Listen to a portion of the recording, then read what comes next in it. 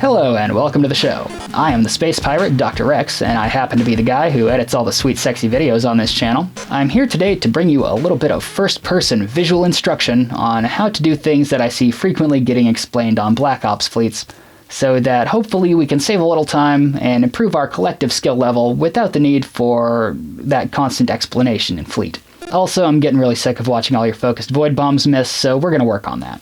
Before we begin, I'd like to note that for quick reference, there will be a table of contents with time links in the description below this video, so if you want to quickly skip to a certain topic, you'll be able to find that easily. And if any of the information in this video becomes outdated or turns out to be incorrect, I'll put that right at the top of the description, so it'll be nice and obvious. Okay, with all that said, let's start basic and work our way up. Bombers bar fleets are public, so you may join regardless of your corporation or alliance. The minimum requirement to join is that you have a covert ops cloaking device fit to your ship, but ideally you would want to be able to fly a stealth bomber. Some fleets will also require you to fit a bomb launcher and a warp speed rig. More on that later. The three most prevalent types of fleets are whaling fleets, wormhole or armada fleets, and bombing fleets. Whaling fleets bridge into and around nullsec, moving the fleet from one target to the next before eventually going back home. Armada fleets stage in a wormhole and frequently change hunting regions by rolling new exits. It is important that you do not jump out of the wormhole before the FC tells you to, because it may alert the locals to our presence and point of origin. And also, it might mean you're a spy. Bombing fleets employ completely different tactics than the previous two, relying on area of effect bomb damage to wipe out entire fleets of enemies all at once. I'll go into more detail on these later. You will find information on upcoming fleets by joining the Bombers Bar public chat channel like so.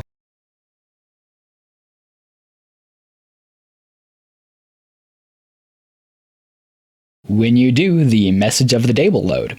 This is where you will find information about upcoming fleets, ship fittings, voice chat information, and the ship replacement program, which is a thing. Here's how you reload the message of the day. If an upcoming fleet has any special requirements, they will be indicated here. Ask questions if you are unsure. When it is time for a fleet, the MOTD will be changed, and it will say something like X up now at the bottom. Type an X into that chat, and you will receive an invite to the fleet. Once you do, you will receive further instructions in the fleet chat's message of the day, including a password for TeamSpeak, names to add to your watch list, and an updated destination. At this time, you will want to go to that new destination.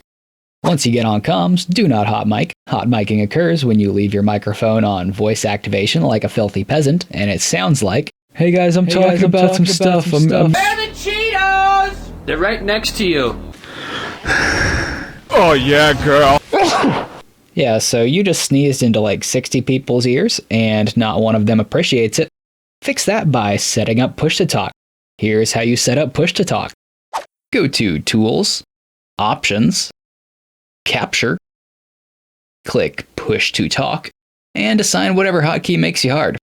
Easy. Here's how to add people to your watch list.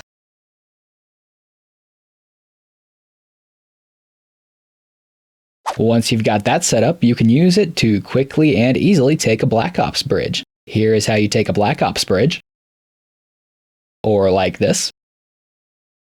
Or like this. Or like this.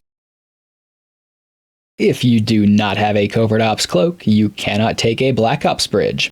When it is time to take the bridge to a target on a whaling fleet or the return bridge on a wormhole fleet, everyone will be cloaked at 0 on the BLOPS. You will be told when it is okay to warp to the BLOPS. If you are not sure if the BLOPS is staged and ready, don't hesitate to ask. It will then decloak and usually cause you to decloak. You will keep at range 1000 of it and take the bridge as soon as it is up. Under no circumstances should you decloak before that. Be cloaked at all times. Do not warp to the BLOPS unless you are already cloaked. Decloaking or warping to the BLOPS uncloaked will decloak the rest of the fleet and may cause us to miss a target while restaging or even get us killed if there are hostile players in the area. If for whatever reason the fleet gets decloaked, the FC will usually tell you to warp off to random places, and will let you know when to warp back to the BLOPS again. Do not stay on grid, even if you did not decloak, because the BLOPS will have moved and you will miss the next bridge. If at any time you are not sure that you're on the BLOPS, or you find that you were moving after warping to it, warp off and warp back at 0. In a wormhole fleet, everyone will be decloaked and sitting on the hole.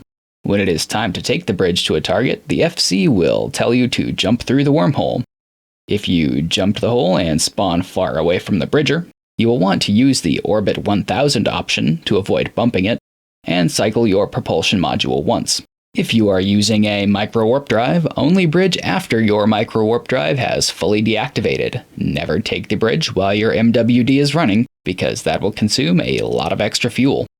On either style fleet, you shouldn't ever use the approach option to get to the bridger, because it is where it is for a reason, and you don't want to bump it out of position. In the unlikely event that you take a bridge and find that the targets we are engaging are your allies, you are welcome to cloak up and warp away. Otherwise, engage or whore on those targets at your discretion. If the target is a carrier or larger type target, open fire immediately.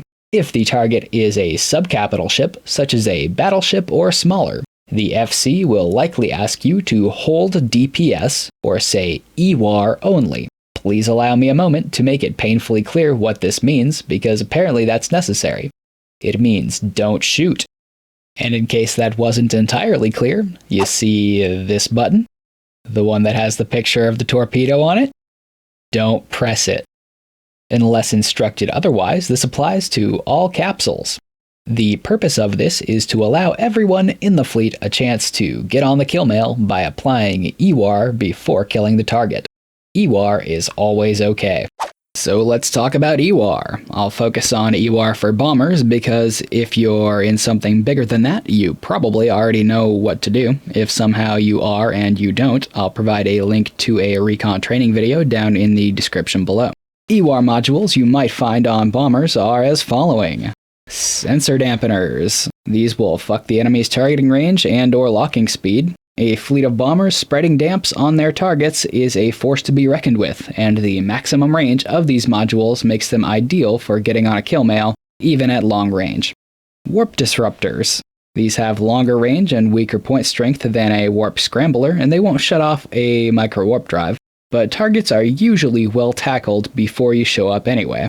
Warp scramblers will prevent micro-warp drive and micro-jump drive activation, but are limited to close range, which can be dangerous for bombers, as it may severely limit your ability to stay aligned out. Stasis web of fire slow the target, but that usually isn't an issue. Also, much like the warp scramblers, they have a dangerously short range to be using on a bomber.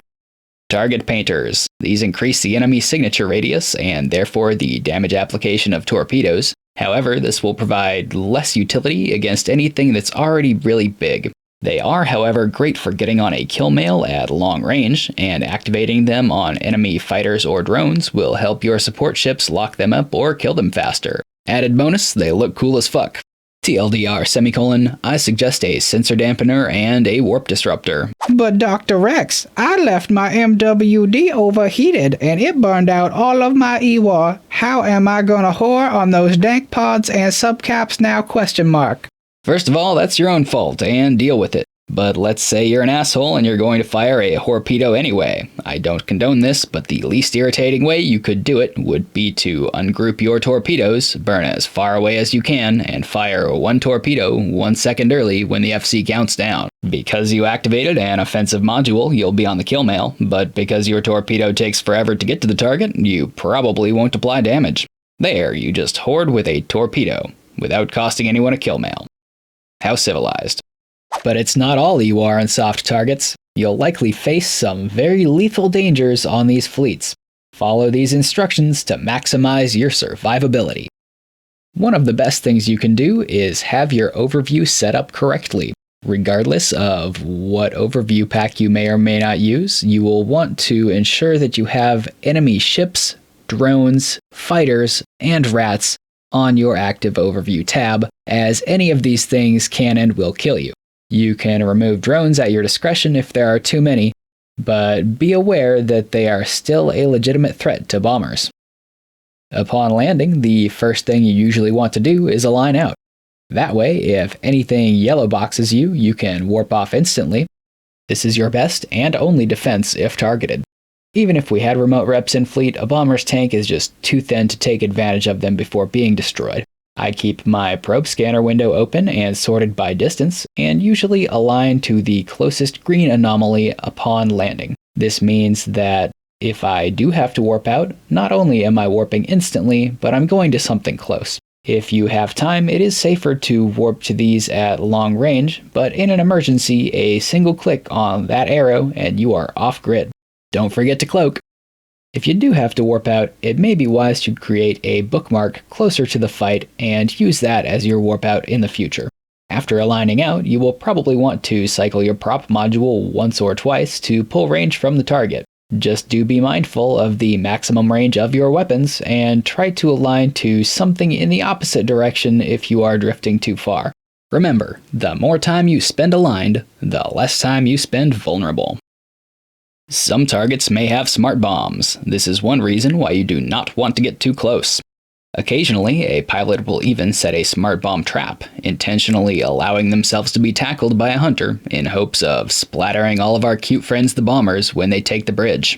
If this occurs, do not panic. If you do not move, you are invulnerable for 30 seconds after bridging. Observe two things. 1. Which direction is the smart bomber compared to you? When you do move, you'll want to go directly away from it. And 2. When are his smart bombs going off? You want to move between cycles if possible. I try to go right after I see the animation. With those two objectives in mind, align away from the smart bomber and immediately light your propulsion module. Your signature radius does not factor into smart bomb damage, so a micro warp drive really shines in this situation. After that, lock up the offending ship and burn that fucker down as fast as you can. You might save another bomber's life.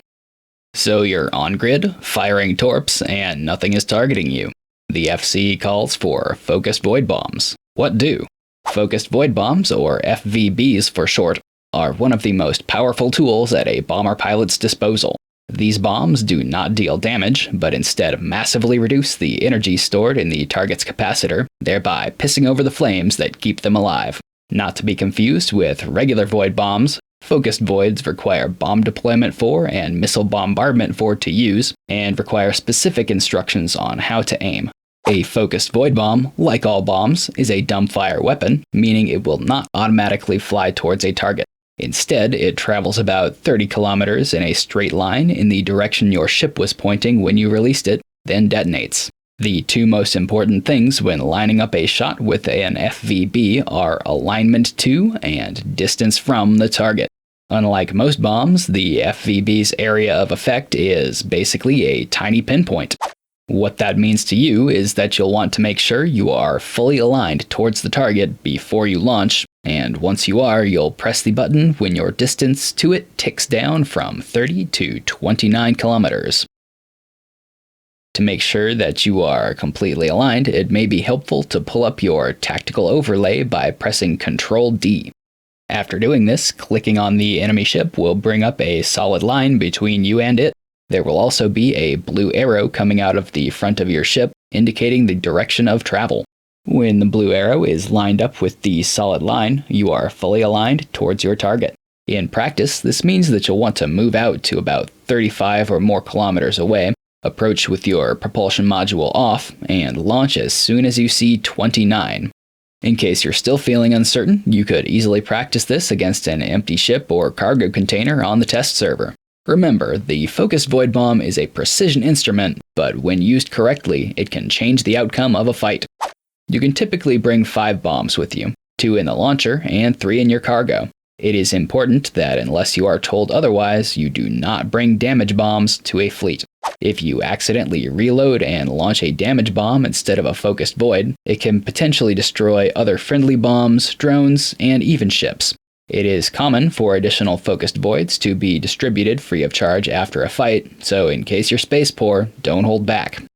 In the event of an overwhelming enemy response fleet causing our fleet to have to warp out, try to cloak up immediately, even if you already hit warp. This will prevent you from being targeted, even if a warp disruption bubble goes up.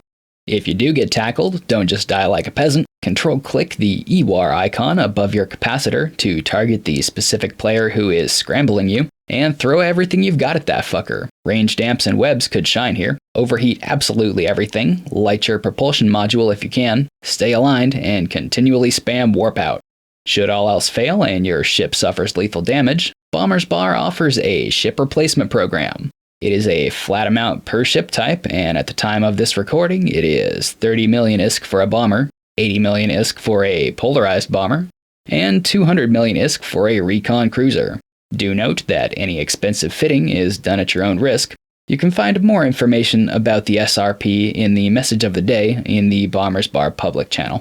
All expensive loot dropped as the result of a kill goes to Bomber's Bar and pays for the ship replacement fund, jump fuel, bombs, and various other costs associated with the fleets. A cut also goes to the hunter who caught the target, so if you can hunt, that is incentivized. Any loot worth less than 10 million ISK is generally considered fair game to take for yourself. So the fight's over, the wrecks are looted, and the FC tells you to get off grid. What do? After a fight, you will want to warp off to a random celestial, cloak up, and drift in a safe direction until the FC instructs you to warp back to the BLOPS.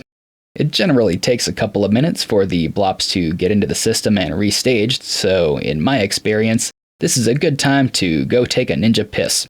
Or if you're really hardcore, you could just piss in a bucket. I'm kidding, that's disgusting. Use something with a sealable lid instead. You have thumbs for a reason.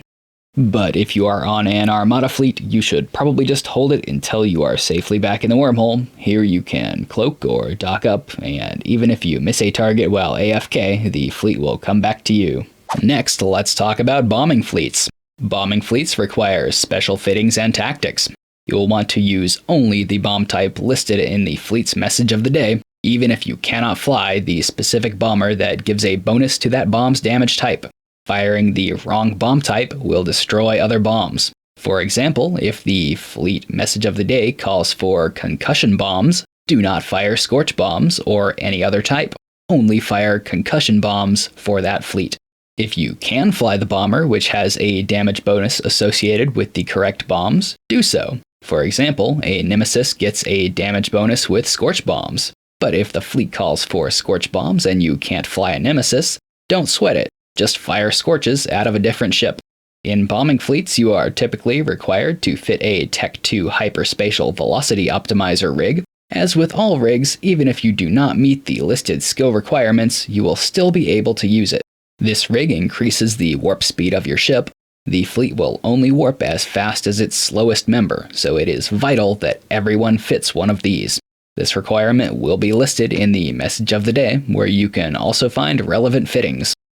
You only want 8 bombers per squad. This is because bombs have high damage resistance to their own damage type, but can only tank up to 7 other bombs before they start destroying each other. 8 shall be the number of bombers thou shalt count per squad, and the number of counting shall be 8. 9 shalt thou not count, neither count thou 7, excepting that thou then proceed to 8. 10 is right out. Once the number 8, being the 8th number, be reached, then lobbest thou thy bombs towards thy foe, who, being naughty in my sight, shall snuff it. In all seriousness, though, less than 8 is fine. Once you are in the desired system, the FC will warp the various squads to various perches, which each member of each squad will bookmark for him or herself. Afterwards, each squad will receive a second warp and make a second bookmark. This will be your warp out bookmark. The idea is that the enemy fleet will be on grid roughly in the middle of those, so that when you warp down from the first bookmark and align to the targets, you will also be aligned to your warp out bookmark, meaning that you can warp out instantly after dropping your bomb.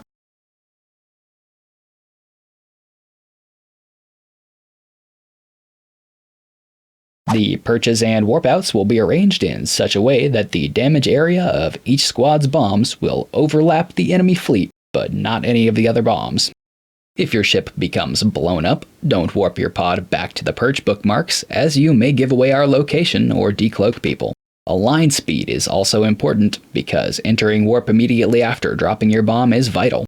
However, the FC will usually position you in such a way that your targets are in line with your warp out position anyway. If your ship dies, your bomb dies. So not only did you lose a ship, but the shot you fired does not count. It's important to know that bombs are dumbfire weapons. This is to say that they do not aim themselves. It will only go where your ship is pointed, so upon landing you will want to align to your targets. Pulling up your tactical overlay and hovering your mouse over your bomb launcher module will display a visual representation of the area your bomb will damage. This can be helpful for aiming purposes. The standard keyboard shortcut for the tactical overlay is Ctrl-D. I find it is best practice to put my bombing bookmarks into a separate folder. Open up only that folder by doing this, and placing it directly below my bomb button to expedite my warp out. Damage bombs fly 30 kilometers over 12 seconds before exploding, and damage everything in a 15-kilometer radius from the center of the explosion.